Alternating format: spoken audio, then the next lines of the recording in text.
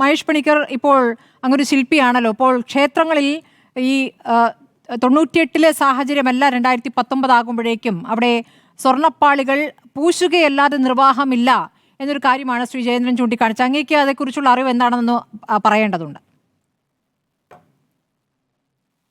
ഇതിനകത്ത് ഇന്നലെ തന്ത്രി അദ്ദേഹത്തിൻ്റെ ഒരു ബൈറ്റിലും ഇതുപോലെ ഈ ഒരു വാദം വെച്ചിട്ട്, അതായത് ഗവൺമെൻറ് മെർക്കുറി നിരോധിച്ചത് കൊണ്ടാണ്, അല്ലെങ്കിൽ സ്വർണം ക്ലാഡിങ് നിരോധിച്ചത് കൊണ്ടാണ് അവർക്ക് കൊണ്ടുപോകേണ്ടി വന്നെന്നുള്ളൊരു വാദം ഉയർന്നു വന്നതായിട്ട് ഇങ്ങനെ ഞാൻ അദ്ദേഹം പറയുന്നത് കേട്ടു. അപ്പം ഇതൊരു ബോധപൂർവമായ സംഭവമാണ്. അതായത് കഴിഞ്ഞ മാസം വരെയും ഇപ്പോഴും ദേവസ്വം ബോർഡിന്റെ പല ക്ഷേത്രങ്ങളും തിരുവല്ല ശ്രീവല്ലഭ ഉൾപ്പെടെയുള്ളിടത്തും ഈ ക്ലാഡിങ്ങിന് വേണ്ടിയാണ് അവർ ചെയ്തുകൊണ്ടിരിക്കുന്നത്. ഒരു 100 ക്ഷേത്രങ്ങൾ തിരുവിതാംകൂർ ദേവസ്വം ബോർഡിന്റെ തന്നെ ഈ ക്ലാഡിങ് അത് കഴിഞ്ഞ് നടന്നിട്ടുണ്ട്. പിന്നെ ശബരിമല എന്ന് പറഞ്ഞ സ്ഥലത്ത് അത് നടക്കുന്നതിന് ഈ അദ്ദേഹം പറഞ്ഞ പോലെ പെരിയാർ ടൈഗർ റിസർവ് എന്ന് പറഞ്ഞാൽ അങ്ങനെ എന്തെങ്കിലും ഒരു റെസ്ട്രിക്ഷൻ ഉണ്ടോ എന്നുള്ളത് എനിക്കറിയില്ല. അങ്ങനെയാണെങ്കിൽ ആ റെസ്ട്രിക്ഷൻ 98 ഉണ്ടാകാൻ സാധ്യതയുണ്ട്.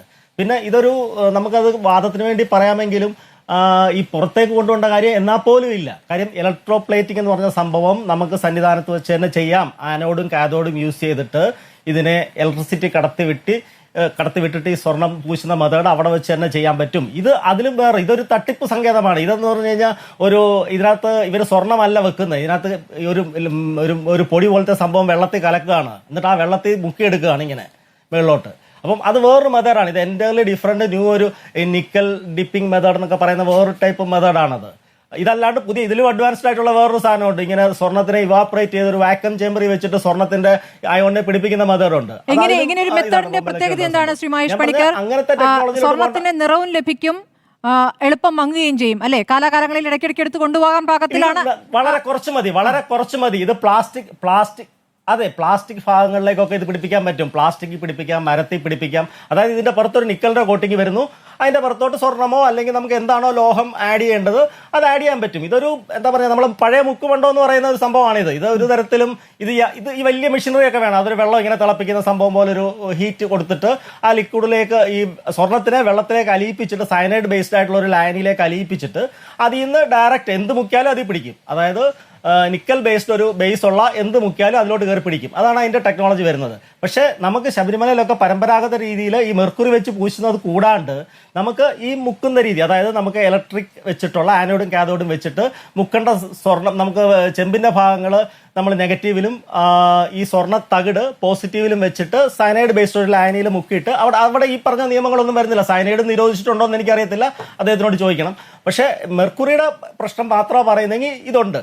പിന്നെ ഇതിനകത്തെന്ന് പറഞ്ഞു കഴിഞ്ഞാൽ അവിടെ വെച്ച് തന്നെ ഈ പറഞ്ഞ അത്ര വലിയ എന്താ പറയുക കോംപ്ലിക്കേറ്റഡ് മെർക്കുറിയുടെ കിലോ കണക്ക് മെർക്കുറിയോ അല്ലെ അങ്ങനൊന്നും വരുന്നല്ലേ. ഈ ഡാമേജ് ഉണ്ട് അവിടെ വെച്ച് തന്നെ 2-3 ഫോയിൽ അതിന്റെ പുറത്തോട്ട് വെച്ചിട്ട് ഹീറ്റ് ചെയ്ത് ചെറിയൊരു ബ്ലോവർ വെച്ചിട്ട് 350 ഡിഗ്രി ചൂടായാൽ മതി. ഇതിന്റെ ബേസ് ശില ആയതുകൊണ്ട് അത് അവിടെ വെച്ച് തന്നെ ചെയ്യാൻ പറ്റും. ഈവൻ ഇളക്കുക പോലും ചെയ്യാൻ പറ്റുന്ന വളരെ എന്താ പറഞ്ഞാൽ ഒട്ടും അങ്ങനെ വാർത്താ പ്രാധാന്യമോ ഇങ്ങനെ നമ്മൾ ചർച്ച ചെയ്യേണ്ട രീതിയിലോ അല്ലെ ഈ നിരോധനമോ ഒന്നും ബാധിക്കാത്ത രീതിയിൽ ചെയ്യാവുന്ന ഒരു കാര്യമാണ്. ഇപ്പോഴും തിരുവിതാംകൂർ ദേവസ്വം ബോർഡിന്റെ അണ്ടറിൽ ഈ ഗോൾഡ് ഫോയിലിംഗ് നടക്കുന്നുണ്ട്. തിരുവിതാംകൂർ ദേവസ്വം ബോർഡിന്റെ അല്ലാതെ പ്രൈവറ്റ് അമ്പലങ്ങളുടെ ആയിരക്കണക്ക് നടക്കുന്നുണ്ട്. കഴിഞ്ഞ ദിവസം നമ്മൾ കല്യാൺ ജ്വല്ലറി അദ്ദേഹത്തിന്റെയൊക്കെ വീടുകളിലൊക്കെ ഈ ചെയ്തെല്ലാം ഗോൾഡ് ഫോയിൽ ലോകത്തെല്ലാം നടന്നുകൊണ്ടിരിക്കുകയാണ്. മെർക്കുറി അതിനുവേണ്ടി നിരോധിച്ചു എന്ന് പറയുന്നത് ഒരു സാങ്കത്യം, വെറുതെ ഒരു കാര്യങ്ങൾ പറയാനായിട്ടാണ് എനിക്ക് തോന്നുന്നത്. പിന്നെ ഞാൻ പറഞ്ഞല്ലോ, ഈ ശബരിമലയ്ക്കകത്ത് വനാന്തരത്തിലായതുകൊണ്ടും ടൈഗർ റിസർവ് ആയതുകൊണ്ടും അതിനെന്തെങ്കിലും പ്രത്യേക റെസ്ട്രിക്ഷൻ ഉണ്ടോ എന്നുള്ളത് എനിക്കറിയില്ല. അത് മാത്രമേ ഉള്ളൂ അതിനകത്ത് വരുന്നത്.